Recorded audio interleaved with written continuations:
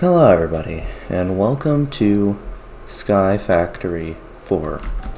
I wanted to go through this pack series because Sky Factory looked like an interesting series to play through, and it turned into me looking through 1, 2, and 3 and realizing that they don't really have quest books, and only 4 and 5 kind of do. So instead of playing through the entire series, we're going to be playing through 4 and 5. For number 4, I went with a not too hard pack, but a sort of hard variant where you're stuck between bedrock walls. I mean, there's a floor of bedrock too, so you don't got no forgiving void or anything, because there isn't a void to forgive you. But there is definitely a lot of management that I have to do inside of this, and that's also that way I can go through the prestige and start working on more complex mods. So I hope you guys enjoy. Alright, so this episode is going to be stupidly short because I'll mostly just be showing off the things that are actually important that were shown during this episode, because episode 1 was mostly me getting into sky orchards and then fiddling around with bonsai trees for like freaking 2 days straight. And then whenever I finally got all those set up, then it was mostly just a lot of stupid grinding to get to certain recipes to do certain things. So you're going to see a lot of time skips, massive time skips, mind you. And I will probably end off the episode with a basic tour around the base, since you probably won't be able to see much about it, and I'm not going to explain it during the video. Alright, so I am here basically just to fill in the gap of no audio. But what you should have seen up to the point of me explaining things is you should have seen the basics of me getting a cobblestone generator placed, getting bonsai started, and me completing prestige. And on top of me completing the prestige finally, I believe I should skip most of getting the hopper bonsais in, and it should just be going straight to my endgame explanation.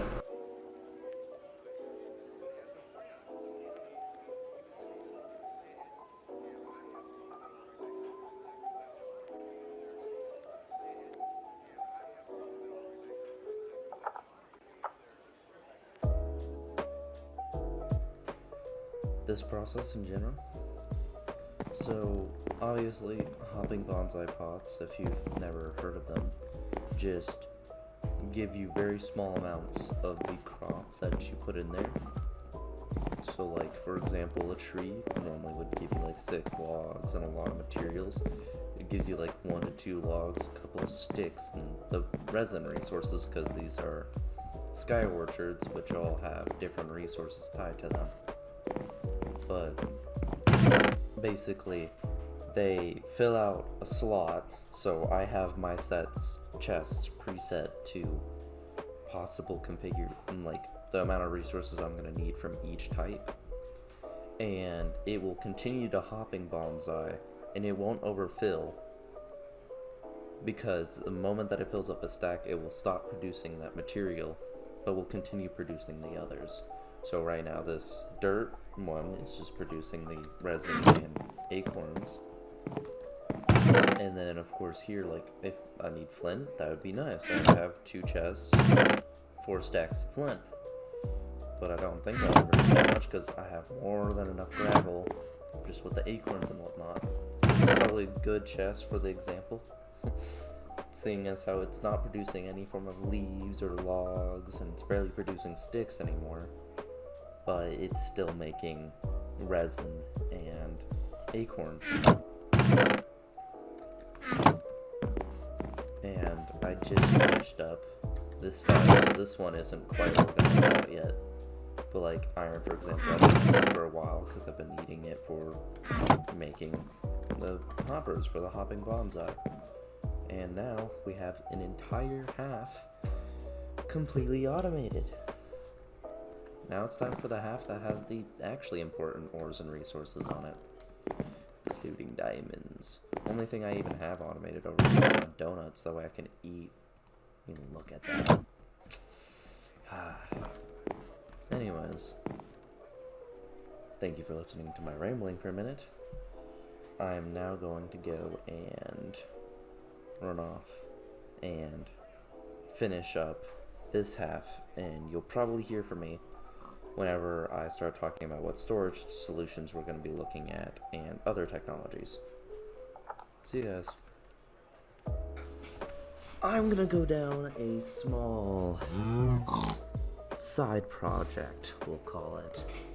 I want to get into compact machinery, which is not very expensive, to say the least. I mean, just look at that. The most expensive one for me is maximum compact machines, because redstone blocks mine is just easy for me at this point. Although it would take me a... Well, wait, no, it wouldn't, because that gives me 16. Which, I mean, with 16 of those going out, that's 4 blocks of iron makes an entire stack, which is 64. 8 blocks of iron is enough for giant compact machine. And I want to go into compact machines because if we go into compact machines, I can start automation inside of machinery that's a block tall, large, and I no longer have to make thousands upon thousands of floors. I can just make one more floor and go through compact machinery and save myself lots of space in the future.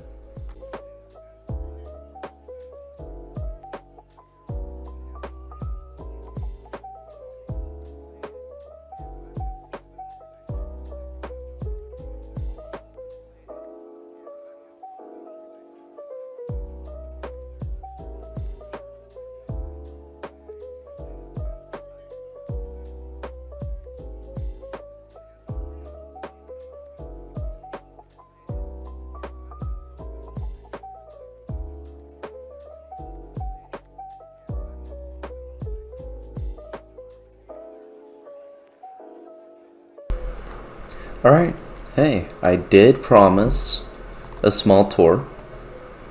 So, obviously I'm fairly certain that this is shown, but I got myself diamond armor, shield, and just basic weapon and pickaxe, cause, well, let's just say this much. I had a problem with getting to ender pearls. Until I realized that you can obviously go through Endermen, and if I look that up real fast, I miscalculated. I was able to get all of these objects. So I killed a bunch of Endermen, got started on, one second, deep learning, and that led to me being able to finish up that. And of course I also have a chest filled to the brim with just bunches of random crap that I had to get done in order to even start on half this stuff. And now I am going into here because I wanted to get the pair box done. Now, for the advanced energy cube, I am pretty easily able to get all this. This is easy game. Tritanium is a different story though. Same with dilithium.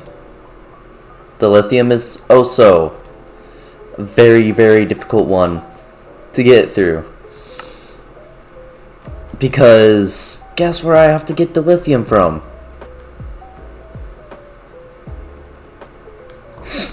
Twilight Forest. So, by next episode you will have seen what that looks like. But this episode is more of a base tour. So, I have the materials to make the largest compact machine possible. But I also have Da-da-da-da-da-da-da. A small movable base, which I mean, I feel as though this is a pretty good thing to have for Twilight Forest. And I have the overworld cake, so if I really need to, I can just disappear back to the overworld, and I won't have to worry about extra mobs or anything along those lines. We also have my cactus there, which I'm growing that because that is required to make more of that slimy dirt, and I don't want to keep making vines and purchasing it from that guy. I also have a pig and a cow downstairs. And then this guy has absolutely nothing happening inside of him yet, but I do plan on moving, which I'm not sure if I did show all this off properly. I do plan on moving all of these automated trees and whatnot into one of those, which also, not sure if I showed this off, but we did choose to go with netherrack here. So we have quartz already automated along with netherrack. I have this water because it will allow me to jump down quicker, and if I look up a ladder, it does a really quick climb. So that's nice. Got a grindstone. I had to use that for crushing multiple things at this point. And then, of course, the floor that you've probably seen the most during recordings is down here, which has taken on a bit of a new form considering I needed pumpkins for the Enderman. And of course there's also a cow down here. But basically, this was used for cobblestone gen, which I had to get an entire chest full of cobblestone to even get that first prestige point, mind you. And it's also been used for basic storage for a long time until I plan on getting a actual storage system set up. And I plan on, probably just going with Atom Simple Storage for right now. And I'll connect it through a large compact machine. And I'll just have a bunch of chests go into one of them, so that way it's modular and it's really, really compact storage. So we should be looking at getting through all of that very quickly and very soon. Mind you though, automation-wise, we still only really have the basic trees. So in order to finish up this pack, we will have to go through more of the trees, because Age of Farming wants you to get all the trees.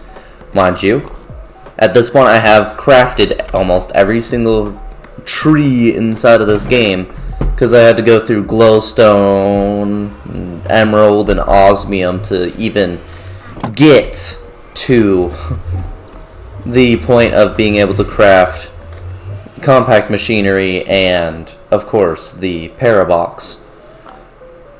Also, why do I still have the clock marked? I made that clock. Anyways, so yeah, we have most of this materials, and I should be able to make the advanced energy cube if I haven't already made it, now that I think about it. I don't remember. It's been a minute since I've even been in the game. I've been editing for so long. Let me find the materials so that way I can show it off. Alright, never mind. I do have the advanced variant. So the only thing that the parabox needs is a space-time equalizer. This equalizer requires 2 superconductors and a Heisenberg compensator. Heisenberg compensator needs the machine casing, isolinear circuits, MK1 and 2, dilithium crystals, and Eye of Ender. Eye of Ender is the easier one. And then the superconductor magnet is going to require tritanium, which I do not remember what place gives you tritanium, but I can look at that inside of Age of Exploration Twilight Forest. So looks like while we're inside the Twilight Forest, we're getting tritanium and dilithium, and after we get the tritanium and dilithium, we should be able to get into prestige more. And in fact, I'm going to try and get those ores as quickly as possible so that way I can go through Twilight Forest's combat and whatnot, since all that's going to be inside of my personal inventory and shouldn't be affecting the world. And if I go through it like that, then I should be able to get a bunch of parabox points built up, and we should be able, which this is what I want. I want to get into smelteries, grinding utils, and the fertile soil. Fertile soil so that way I can get trees growing faster, but I might not do that one yet until I get to Mystical Agriculture, which will be my first expensive mod. But yeah, that is the beginning of this first ever episode. And I hope that you guys can have a fun time watching this. And I think I've already mentioned the goals. I might not have, but my goal is to get hopefully 5 likes on this video in order for me to continue producing this series. Mind you, I will probably record and continue playing through this, so it's just up to you guys to hit the like goal. And I mean, if we absolutely destroy it, the next like goal might be larger. If we just hit it, it will probably be about the same, so that way you guys won't get blocked off from getting more of this content. Thank you guys.